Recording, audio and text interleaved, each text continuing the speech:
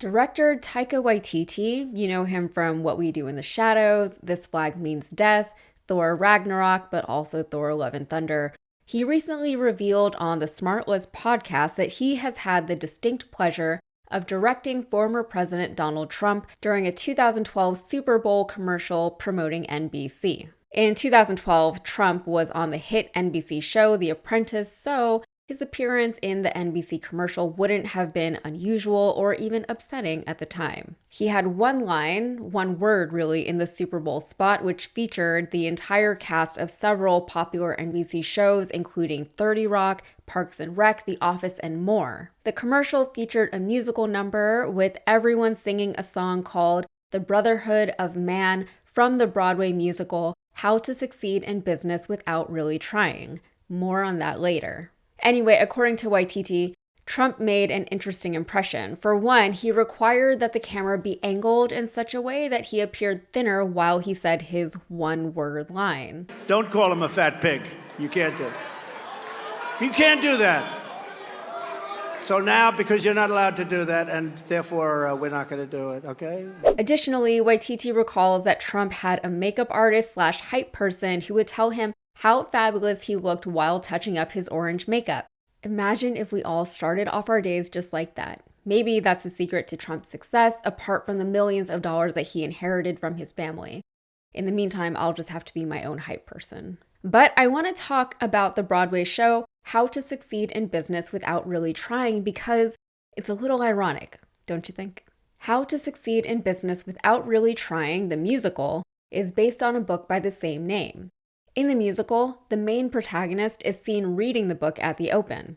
The book, which was written by Shepard Mead and was published in 1952, is a somewhat satirical guidebook telling people how to succeed in business without really trying.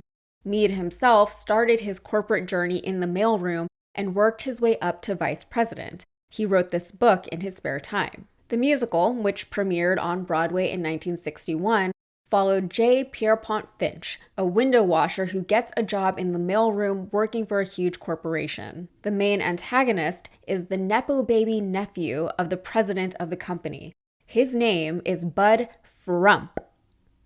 Frump, not Trump. I'm not joking. Donald Trump would have been 15 or so when the show first premiered on Broadway, so it's hard to say whether or not he was the inspiration for this character. If anything, though, the family name would have already been known, especially around New York City.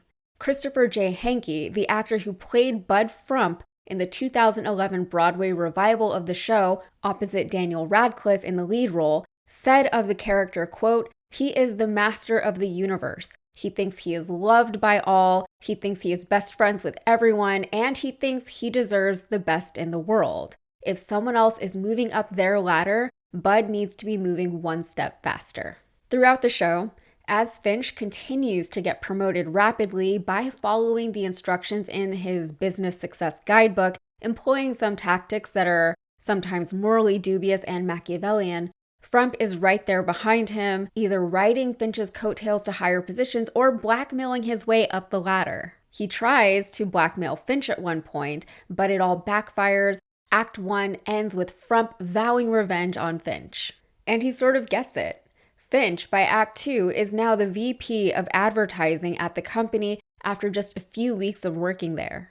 But by the end, Finch is sabotaged by Frump and his goons, nearly costing him his job. However, just as Finch is about to submit his resignation to the board of executives, Finch charms the chairman of the board with the story of starting from the bottom. The chairman, then learning of the Nepo baby Frump and his attempts to sabotage Finch, vows to essentially drain the corporate swamp of people like Frump. But it's at this point that Finch defends Frump and everything he stands for.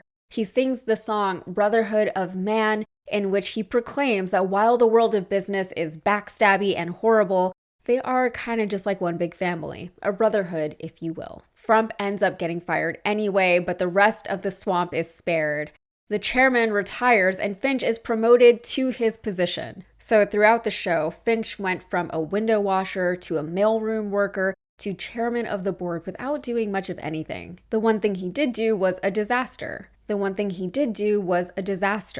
His rival, Frump, did even less and focused his energies on revenge and sabotage rather than just on trying to do a good job at work. And then by the end of the show, Finch's wife says, I don't know, maybe Finch should start thinking about running for president one day. So neither Finch nor Frump are generally admirable, at least not as far as morality or ethics or merit are concerned. Finch is a problematic protagonist in a lot of ways, but the best protagonists are. However, Frump is definitely worse than Finch. He's portrayed as being lazy and entitled throughout the show, and he gets angry whenever he doesn't get the things that he thinks he deserves, whether or not he's worked for them. The show very much exemplifies the American dream, or rather the farce of the American dream, and the fact that this book and show came out in the 1950s and 60s respectively is even more fascinating. The Broadway show was revived in 1995 and again in 2011. And the 2011 revival brought the show into the modern era. But by 2011, its themes would have resonated differently with a modern audience than they did back in the mid-century era. By the 2010s, modern audiences would have already become disillusioned with the white picket fence promises of yesterday, with the millennial generation already having lived through significant and unfortunately timed economic collapse brought on by the previous generations who were able to thrive in the pre-9/11 world. Modern audiences would have been more familiar with the plague of mediocrity on the world. We would have seen countless mediocre men elevated to godlike status, whether that's in the business, entertainment, or political worlds. We would have seen actual genius and hard work overlooked and sidestepped for charisma, charm, and pedigree. Fun fact, Nikola Tesla's missing papers that were seized by the government upon his death, they were first reviewed by none other than Donald Trump's uncle, John Trump, an electrical engineer who was working with the government at the time.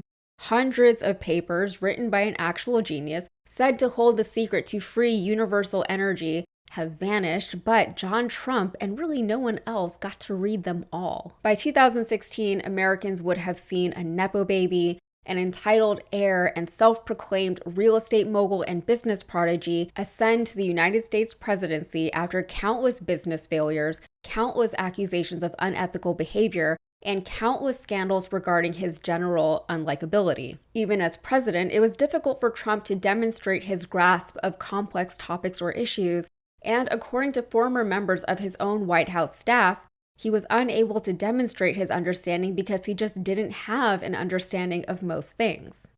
Still, this is the guy who, after failing to secure 2 popular votes in a row, is the current frontrunner for the Republican nominee for president in the 2024 election. For the record, I would love to see a more, let's say, inspiring candidate for the Democratic nominee as well, but for now, this is what we're working with. We're going into the 2024 election faced again with the unexciting prospect of choosing between the lesser of 2 lesser options. Unfortunately, that's kind of how the system plays out when you're dealing with hierarchical structures. The people who are most qualified for roles at the top rarely seem to want those roles, whether that's because they think that they're better utilized elsewhere, or because there's less bureaucracy in other positions, or because those high-powered roles are often thankless figurehead roles, or whatever. Who knows? There are a million reasons for any reasonable person to not want to be president. But unfortunately, for now, we still have to live in an age of mediocrity, and until we're out of it, if we're ever out of it, maybe the world will be a better place for it. To be determined. All right, that's it for me. If you got anything out of this, please like the video, subscribe to the channel, and check out my podcast, Modern Context, available wherever you get your podcasts. Thanks.